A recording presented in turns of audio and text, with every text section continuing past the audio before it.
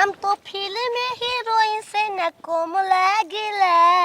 गोरिया गोरिया ए राजा हम तो बम लागिला हिताई में तो अरे अपन काम ना है कूलर लगा दो सर हुआ ना हेलो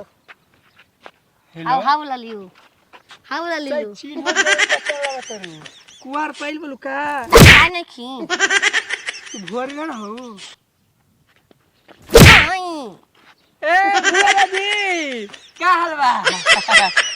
साढ़ू नहीं खा साढ़ू है हम साढ़ू अरे पहिल का वाला बरिए करनी हम मत बतिया भोसरी वाला चिटिया दिन कर हम के याद पड़ गा शादी ना पकड़ाई अरे अरे तो कोइले के ना हो अरे तेरा महीना हो गए एक महीना तो दादी तारे एक महीना सुंदर कान के हिताई में जाता हुआ एक महीना हो गई कोनो रोग को भइल बा काइन का अरे सुमेशर साढ़ू कुछ भी कहनी आप आगे मिल जाके ना हमारा गांव के ए, महंगू बिका महंगू बाबा अरे बिकाऊ हम बाबा पहले से कबूल इधर नहीं- जी बाका उकुल बन जी हंजा बन पैसा थोड़े बाटे आइल बन जा बन जी जाक से के इस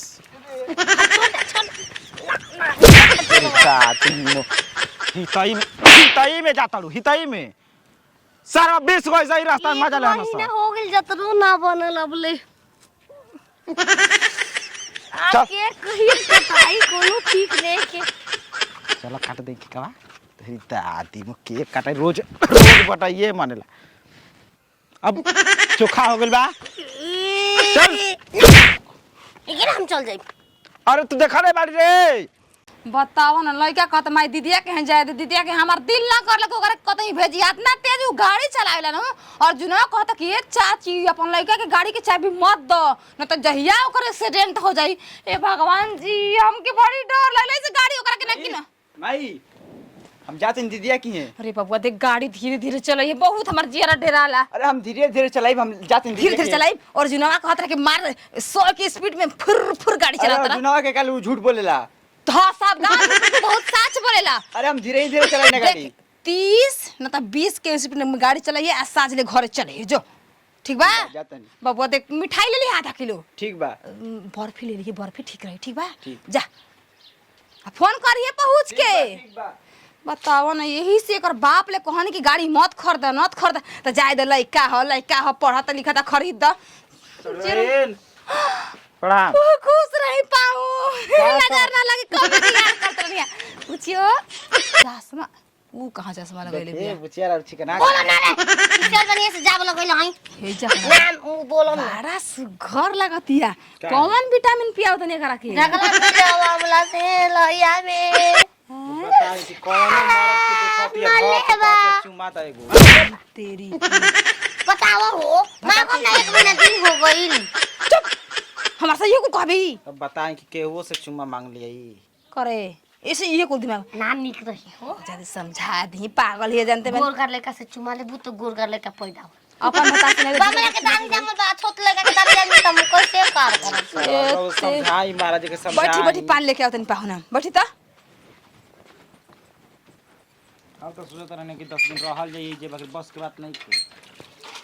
तू रहा ही ना देबू काहे रास्ते में उजिया दे इतना घरे आई घर साजी के वो खिचड़ी बनवाई उबारा को पसंद है आ खिचड़ी खाई आ चोखा वही पर मिली मौका आ सारा बारे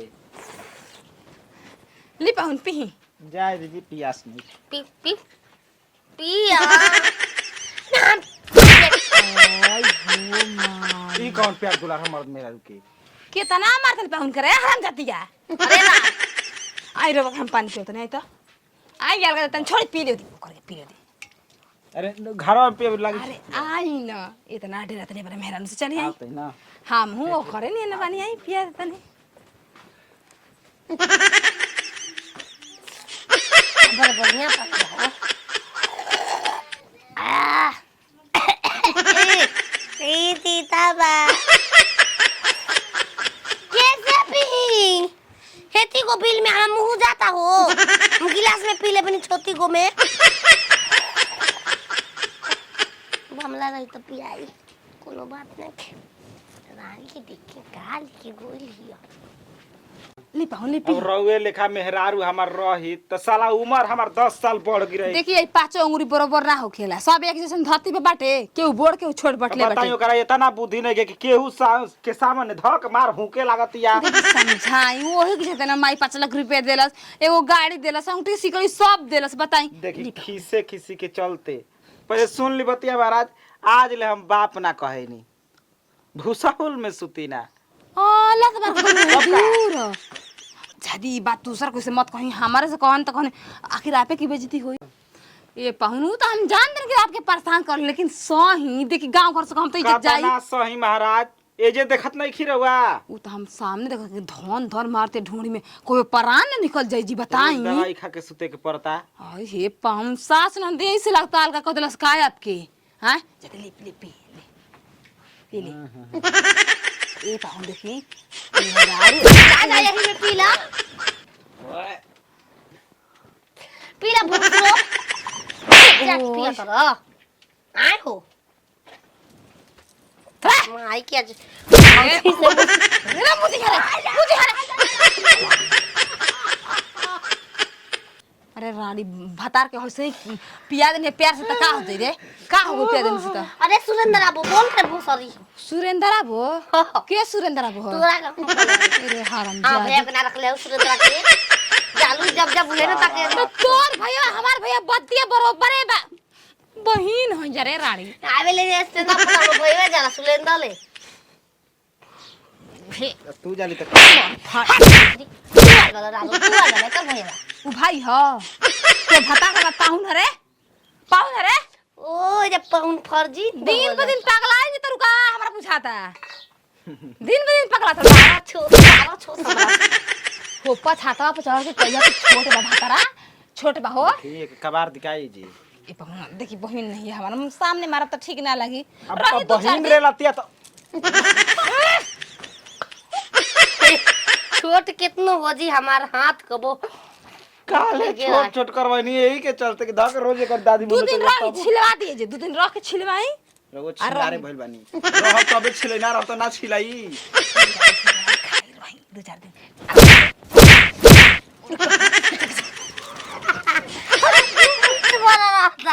तू हंसी बना के तू कर दे